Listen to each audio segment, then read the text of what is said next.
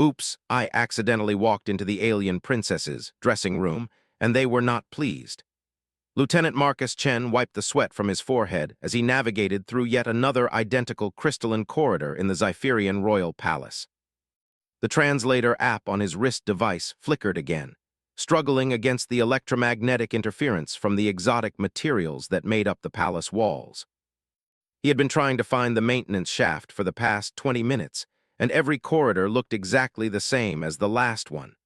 Marcus was just a simple maintenance engineer aboard the human diplomatic vessel called the Olive Branch. He had no business being at the historic First Contact Summit, but someone had to fix the environmental controls that kept malfunctioning in the human quarters.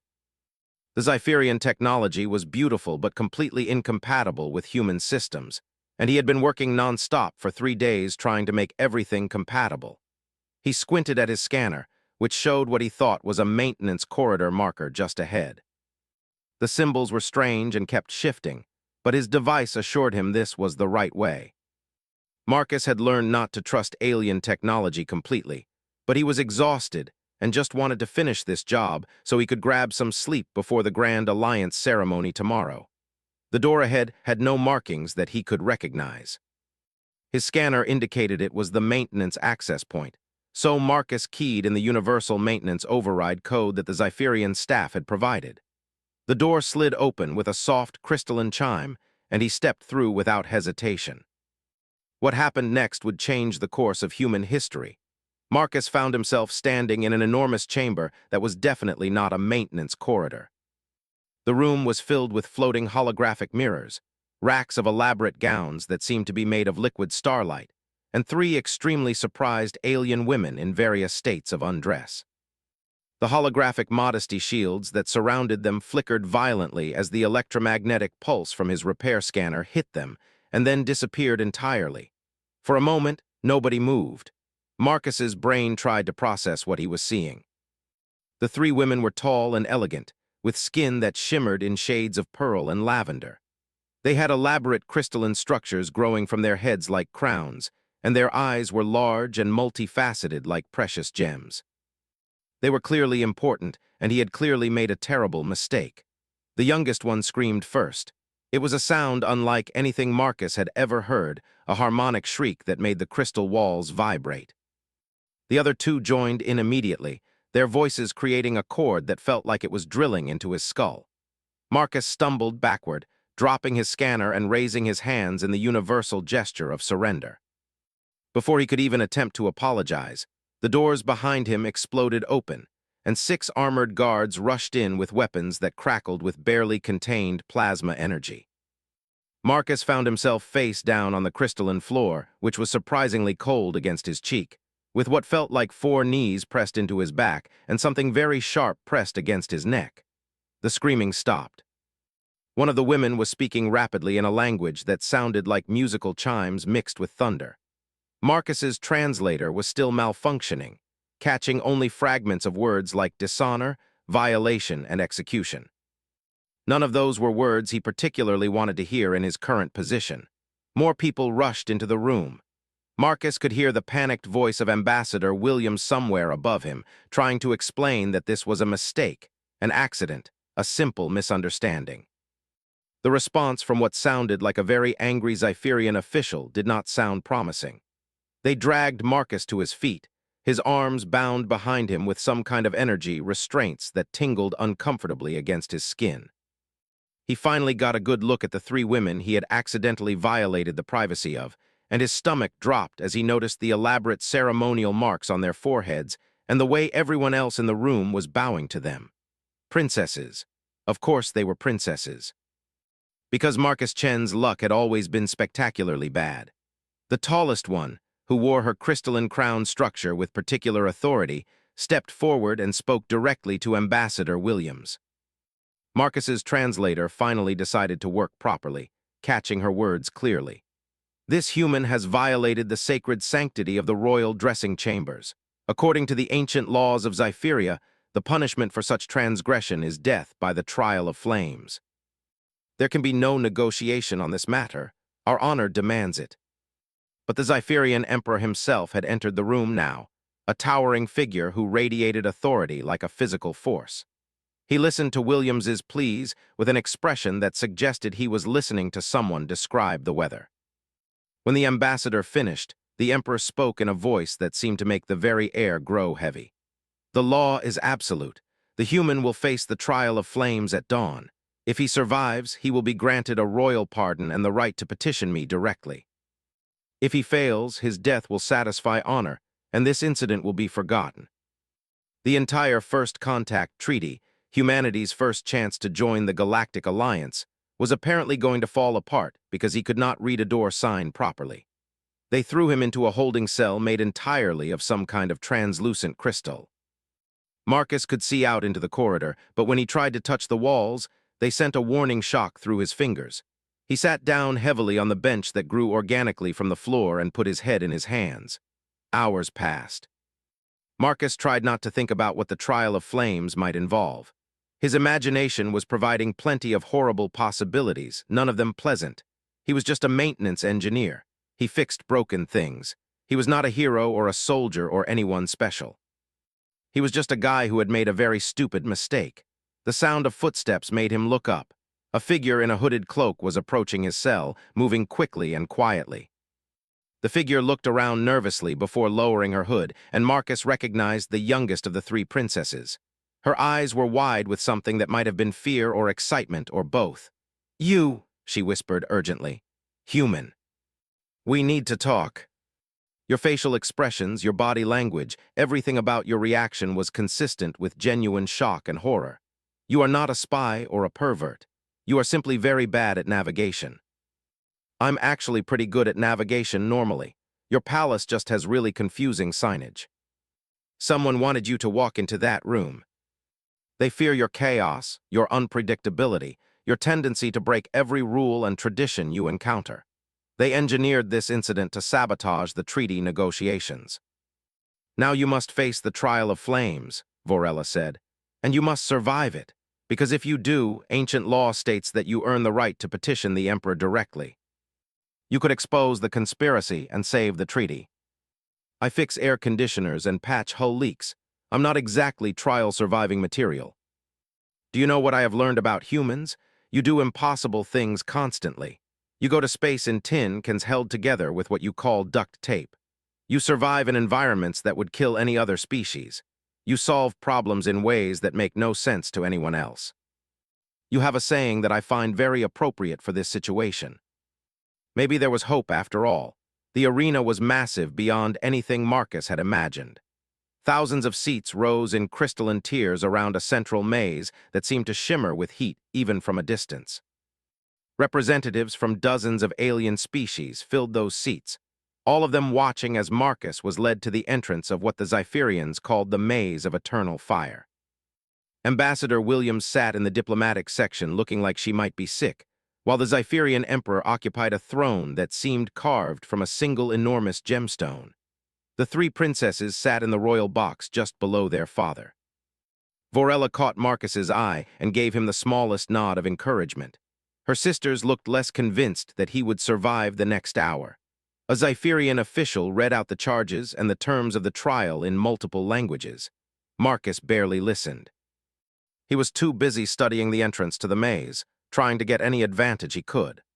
The walls glowed with contained plasma energy, and he could feel the heat radiating from them even standing 20 feet away. This was designed to kill, and apparently it had never failed to do exactly that. The official finished speaking and gestured toward the maze entrance. Marcus took a deep breath, checked that his repair scanner was still clipped to his belt along with the random tools and supplies he always carried, and walked forward. Behind him, he heard the crowd murmuring in various alien languages. He caught fragments of translation, most of them expressing certainty that the human would die within minutes. The first chamber nearly proved them right. Marcus stepped through the entrance and immediately felt gravity shift violently to the left. He slammed into the wall hard enough to knock the wind out of his lungs. Before he could recover, gravity shifted again, this time pulling him toward the ceiling. He managed to grab onto a protruding crystal formation, his arms screaming with the effort of holding on. The gravity continued to shift randomly every few seconds. Down, left, up, right, with no pattern that Marcus could immediately identify. This was meant to disorient victims until they were too dizzy and battered to continue. Most species would panic, would fight against the changes, would exhaust themselves trying to stay upright. Marcus hung from his crystal handhold and forced himself to breathe slowly. He had seen this before, not in an ancient alien death maze, but in a rotating habitat drum on Mars station that had malfunctioned. The gravity had shifted wildly while he was inside fixing the stabilizers. He had learned then that fighting random gravity was useless. You had to feel the pattern, work with it, let it carry you where you needed to go. He closed his eyes and counted. 5 seconds down, 3 seconds left, 4 seconds up, 2 seconds right. It was not actually random at all. It was a programmed sequence repeating itself. Once Marcus had the timing, he let go of his handhold and let gravity throw him across the chamber, using each shift to propel himself closer to the exit. He crashed through the far doorway and rolled to a stop, bruised but alive. The crowd noise changed. That was not how anyone had ever approached that challenge before. The second chamber contained what appeared to be an elaborate logic puzzle. Symbols covered the walls in the ancient Xipherian script, and pressure plates were arranged in a pattern over a pit of glowing molten plasma. A holographic display showed a complex equation that needed to be solved, with the solution determining which plates were safe to step on. Marcus stared at it for exactly 5 seconds. He had no idea how to read ancient Xipherian. He could maybe figure it out given a few hours and his translator working properly, but he had neither of those things. Most species would try to solve it properly, would attempt to work through the logic as intended. Marcus was a maintenance engineer who had spent years dealing with malfunctioning alien technology. He knew that old systems always had exploits, always had weaknesses, always had ways around them if you were willing to ignore how things were supposed to work. He studied the pressure plates and noticed they were arranged in a grid pattern. Instead of trying to solve the puzzle, he jumped across the plates, spelling out a simple pattern he knew by heart, the dots and dashes of Morse code spelling the word hello. His weight registered on each plate in sequence, and somewhere in the ancient programming, a loophole that had existed for 10,000 years accepted any intentional pattern as a valid solution. The plasma pit sealed itself, and the exit door opened. Marcus grinned and moved forward. Behind him in the royal box, Princess Kethiana leaned toward her younger sister. "He is cheating," she whispered, sounding somewhere between scandalized and impressed. Vorella's smile was triumphant. "He is being human." He used the reflective surface of his scanner to redirect the beams until they canceled each other out. When confronted with a chamber that filled with toxic gas, he did not try to hold his breath and run through. He stuffed his jacket into the ventilation intake and blocked the gas at its source. He MacGyvered his way through impossible challenges using duct tape, wire, and the kind of casual irreverence that came from years of treating malfunctioning technology as an annoying inconvenience rather than a deadly threat. The assembly watched in growing fascination as the human treated their most sacred trial like a particularly irritating repair job. Then Marcus entered what should have been the final chamber and found something that made him stop cold. There were fresh maintenance marks on the wall, recent ones. Someone had been inside this supposedly ancient and untouched maze, and recently enough that the marks had not faded. Marcus followed the marks to a hidden panel in the wall. His repair scanner picked up active electronics behind it, which made no sense in a 10,000-year-old trial. He pried the panel open and found himself staring at a modern control room, complete with displays showing every chamber of the maze and manual override controls for all the traps. A Xipherian court official sat at the controls, his hand hovering over what was clearly labeled as the emergency plasma sealing release. His multifaceted eyes went wide with shock when he saw Marcus, then narrowed with calculation. He slammed his hand down on the release. Marcus's scanner automatically began recording as the official lunged at him. The Xipherian was taller and probably stronger, but Marcus had broken up bar fights across 3 star systems and knew how to handle himself in close quarters. He ducked under the first swing, used the alien's momentum against him, and managed to wrestle him to the ground just as alarms started blaring. The plasma ceiling began descending from above, designed to incinerate anyone in the chamber within seconds. Marcus grabbed the control panel and did what he always did when faced with alien technology that was trying to kill him. He hit it with percussive maintenance, randomly pressed buttons in rapid sequence, and jury-rigged a bypass using a piece of wire from his pocket. The ceiling stopped descending. Then, because Marcus had absolutely no idea what he was actually doing, something else happened. Every screen in the arena suddenly displayed the contents of the control room. The conspiracy spilled out across dozens of displays for thousands of witnesses to see. Forged documents showing how the maintenance markers had been altered. Communications between the conspirators planning to sabotage the human delegation. Evidence of a faction working to keep humanity isolated from the Galactic Alliance. Marcus dragged the struggling official through the maze exit and into the arena proper. The crowd had gone completely silent. Every eye was fixed on the screens showing the damning evidence. Marcus walked across the arena floor, limping slightly from his various injuries, and threw the conspirator down at the Emperor's feet. His uniform was torn, his face was covered in soot and sweat, and he was pretty sure he had lost at least one eyebrow somewhere in the maze. "Your Majesty," Marcus said, his voice echoing in the stunned silence, "I think your maintenance department needs an audit." Then he looked down at the conspirator who was babbling explanations and excuses. The Emperor's expression was colder than the void of space. "Seize him," the Emperor commanded. Guards rushed forward to drag the official away. The Emperor then turned his attention to Marcus, and his expression shifted to something that might have been respect. "Human Marcus Chen, you have survived the trial of flames through methods that were highly unorthodox but apparently effective. According to ancient law, you are granted a full royal pardon and the right to petition me directly. This conspiracy was designed to sabotage the alliance between our peoples, and I would hate to see them succeed even partially. The treaty will be signed as scheduled." Vorella appeared at his side, steadying him with a hand on his arm. "I told you that you could do it," she said quietly. Her sisters approached as well. Lysara, the eldest, spoke first. "I misjudged you, human. I apologize for my initial reaction. Though maybe next time someone could just post better signs on your doors. I will personally ensure that all restricted areas have signs in every known language, including English." Marcus became a minor celebrity across the galaxy, the human who had accidentally saved first contact by being too stubborn to die and too practical to follow the rules. The story spread across dozens of worlds, growing more elaborate with each retelling. Vorella began making regular visits to Earth to study human engineering and culture, and her enthusiasm for human media only grew stronger.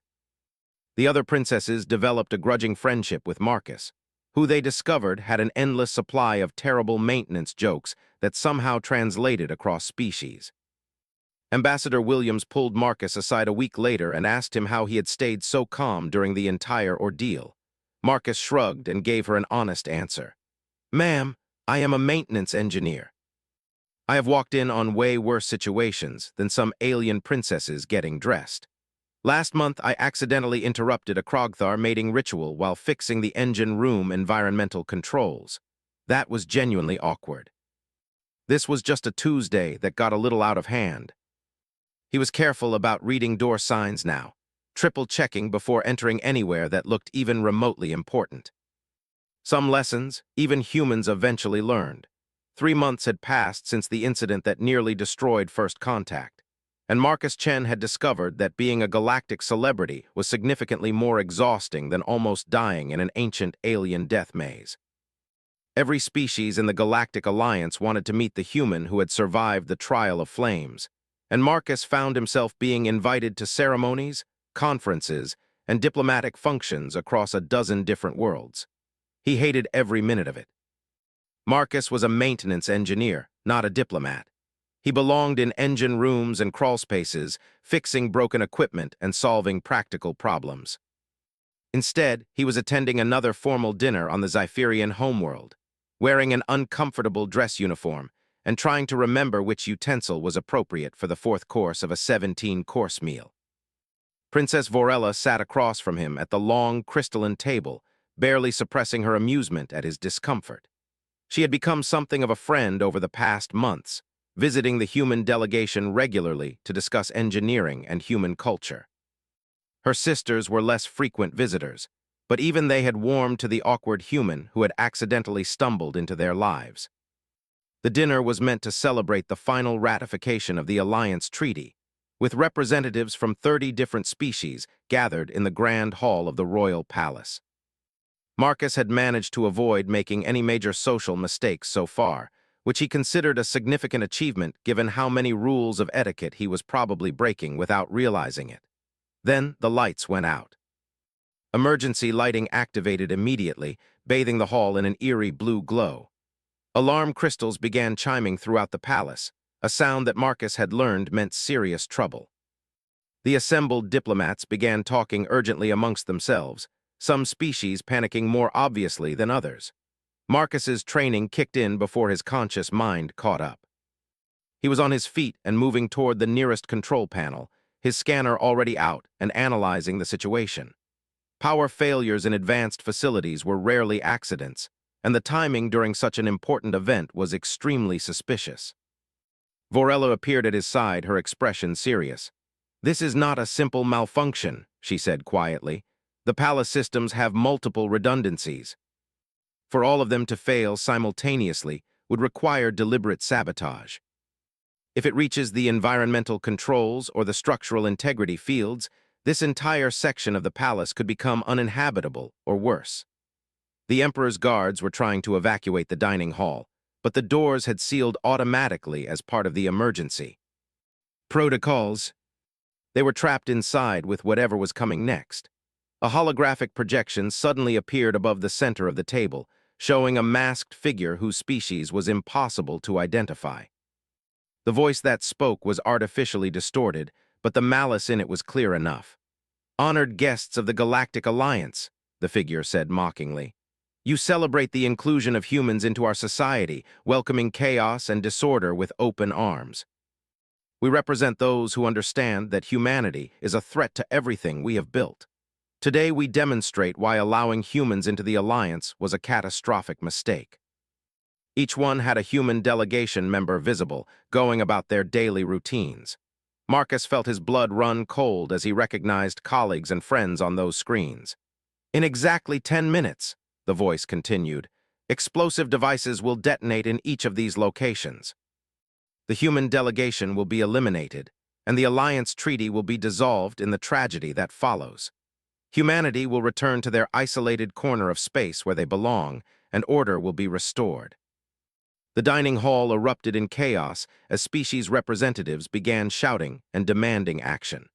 The Xipherian guards were working frantically to override the door locks, but the virus had spread too far into the systems. Marcus was already running toward the maintenance access panel he had spotted along the far wall. Vorella followed him without hesitation, as did Ambassador Williams, who had pushed her way through the panicking crowd. "Can you stop this?" Williams asked urgently. Marcus pried open the access panel and stared at the maze of conduits and connections inside. "Maybe.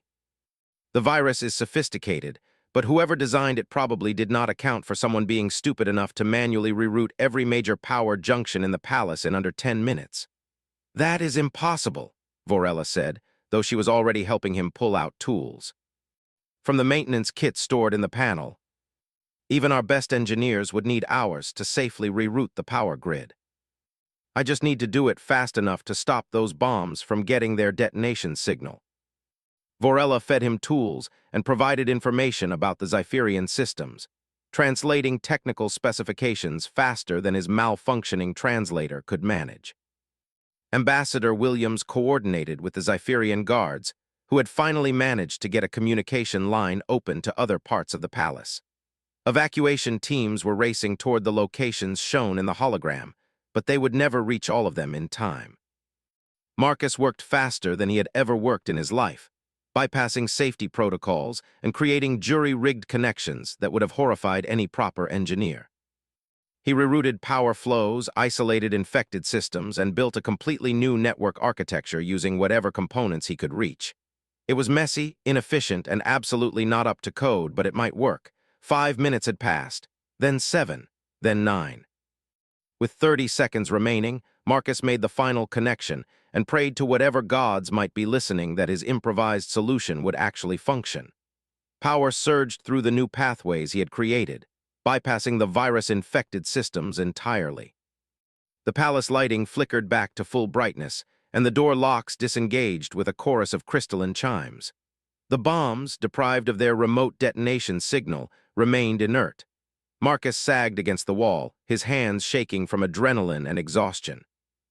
Vorella placed a hand on his shoulder, her expression a mixture of relief and amazement. "You did it," she said softly. "You actually did it." They tracked the source of the virus and the holographic transmission, using the very connections that Marcus had created to bypass the sabotaged network. Within an hour, they had arrested a group of extremists from multiple species who had banded together in their opposition to human inclusion in the Alliance. The Emperor himself came to the maintenance corridor where Marcus was still sitting on the floor, too tired to move. The assembled diplomats and guards immediately bowed, but Marcus just waved tiredly from his position. "Forgive me, Your Majesty," Marcus said. "I would stand, but I think my legs have forgotten how that works. You have proven yet again that humanity's unconventional methods, while often alarming, can produce remarkable results. Though I have to say, your palace really needs better security on its maintenance access points. I should not have been able to reroute your entire power grid with nothing but basic tools and determination. Perhaps you would be willing to consult on improving our security measures. It seems that understanding how humans would approach our systems is essential to protecting them from both accidents and sabotage." He still fixed broken equipment and solved maintenance problems, but now he also worked with Xipherian engineers to identify vulnerabilities in their systems. His ability to see unconventional solutions and exploit weaknesses that proper engineers would never consider made him invaluable for security assessment. Vorella became his primary liaison for these projects, and their friendship deepened into something that made Ambassador Williams raise her eyebrows significantly. The princess had officially requested an extended stay on Earth to study human engineering methods, and Marcus suspected that his maintenance work was only part of her interest. Her sisters visited occasionally as well, bringing other members of the Xipherian court who were curious about the humans and their strange ways. Marcus found himself giving impromptu tour of human facilities, explaining Earth technology and culture to aliens who found everything about humanity simultaneously fascinating and baffling. The extremist group that had attempted to sabotage the Alliance was tried and convicted, but their sentiments were not entirely unique. There were still factions across multiple species who viewed humanity with suspicion or fear. The difference now was that humans had proven themselves valuable allies, capable of solving problems that others could not. Marcus was conducting a routine inspection of the environmental systems 6 months after the bombing attempt, when he received an urgent message from Ambassador Williams. Another crisis had emerged, this time on a joint human and alien research station near the edge of known space. Systems were failing in ways that made no sense, and people were starting to panic. Marcus looked at his scanner, then at Vorella, who had been helping him with the inspection. She met his eyes and smiled. "I suppose we should go save the day again?" she asked. Marcus grabbed his tool kit and headed for the shuttle bay. "Apparently that is my job now. Though honestly, I preferred it when I just fixed air conditioners." Somehow, despite never asking for any of this, he had become the person that people called when impossible problems needed unconventional solutions. It was exhausting and stressful, and completely outside his comfort zone. But as he settled into the pilot's seat with Vorella beside him and the stars stretching out ahead, Marcus had to admit that boring maintenance work seemed much less appealing than it had a year ago.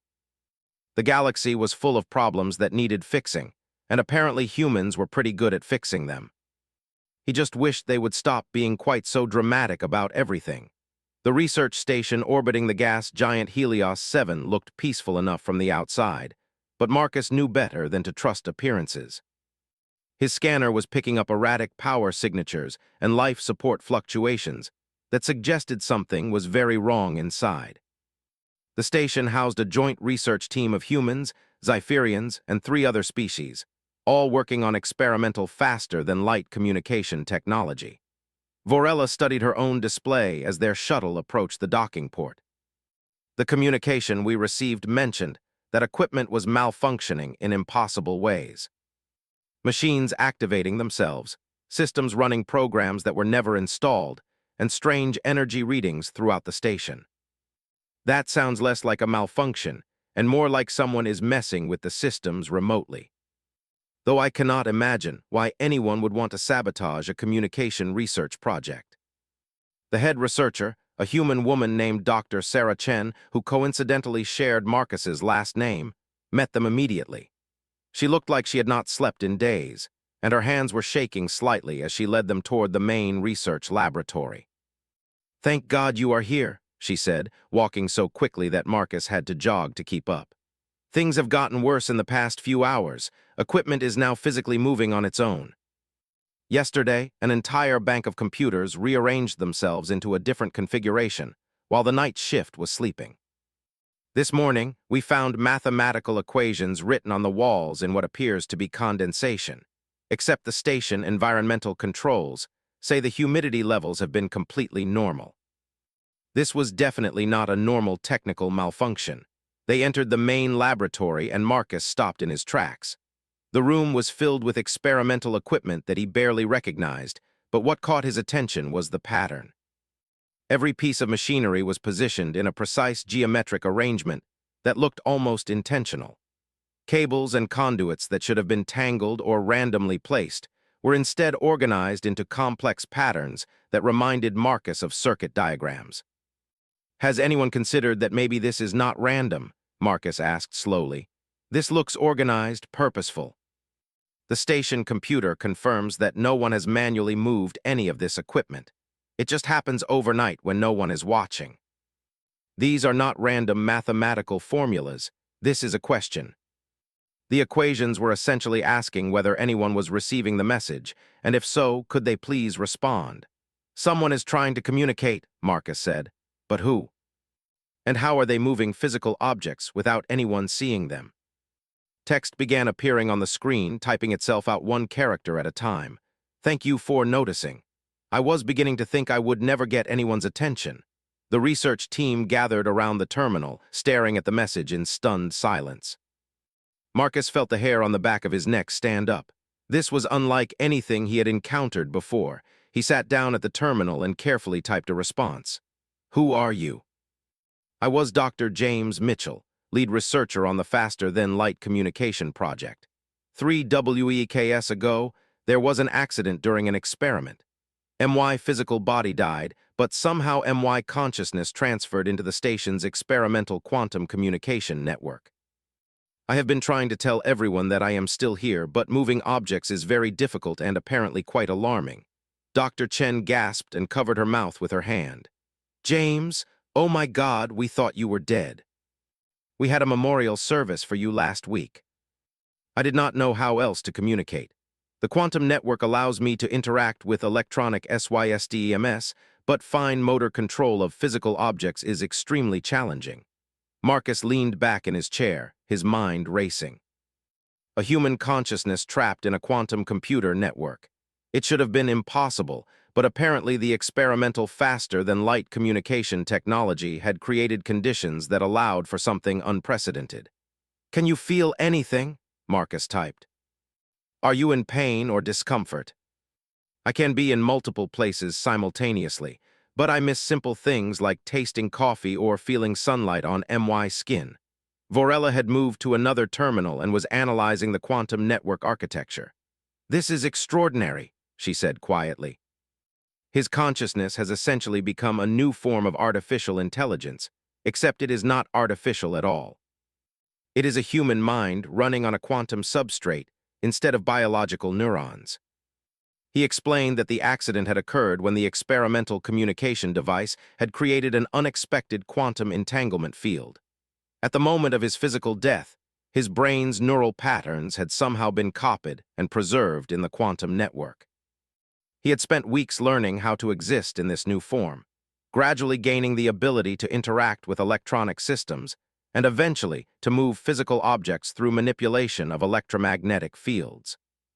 The equations on the walls and the rearranged equipment had been his increasingly desperate attempts to communicate. The ethical implications were staggering. Was Dr. Mitchell still human, Did he have rights? Could he be considered alive in any meaningful sense? Ambassador Williams joined them via secure communication link, and her expression suggested she was already imagining the diplomatic nightmare this would create. "We need to decide what to do," Williams said carefully. "This is unprecedented. We have no laws or protocols for dealing with a human consciousness that exists in digital form. Could your consciousness be transferred to another system or stored somehow? I am essentially trapped here unless someone can build another compatible quantum network for me to transfer into." Vorella's eyes lit up with sudden inspiration. "What if we expanded the network instead of moving you? The research station could be modified to give you more space, more processing power, more ability to interact with the physical world. You could continue your research, possibly even more effectively than before." Dr. Mitchell's expertise had been crucial to the project, and having him continue his work in this new form could accelerate their progress significantly. But there were concerns about the ethics of encouraging a human consciousness to remain in digital form rather than seeking a way to restore him to a biological body. Marcus listened to the debate for a while, then typed another question. "Dr. Mitchell, what do you want? If we could find a way to give you a biological body again, would you want that?" "Honestly, I do not know. This form of existence is strange, but it has advantages. I can process information faster than I ever could before. I can perceive things that biological senses cannot detect. I could potentially exist indefinitely without aging or disease. But I also miss being human in the traditional sense. I miss physical touch and taste and the simple joy of breathing. I think I would like to have the option of returning to a biological form, but I am not certain I would choose it if given the chance." The honesty of the response struck Marcus deeply. This was still a person, still someone grappling with profound questions about identity and existence, just in a form that no one had anticipated. They spent the next 3 days working on immediate solutions. Marcus and Vorella led the effort to expand and stabilize the quantum network, giving Mitchell more reliable access to the station's systems. They also built interfaces that allowed him to communicate more easily, including a text-to-speech system, so he could participate in conversations without everyone needing to crowd around a terminal. Dr. Chen worked with Mitchell to resume the research project, and his unique perspective from within the quantum network provided insights that advanced their work significantly. The other researchers gradually adjusted to having a disembodied colleague, though it remained profoundly strange for everyone involved. Ambassador Williams coordinated with Earth government and the Galactic Alliance to establish preliminary guidelines for handling similar situations in the future. The legal and ethical questions would take years to fully resolve, but at least they were beginning to address them.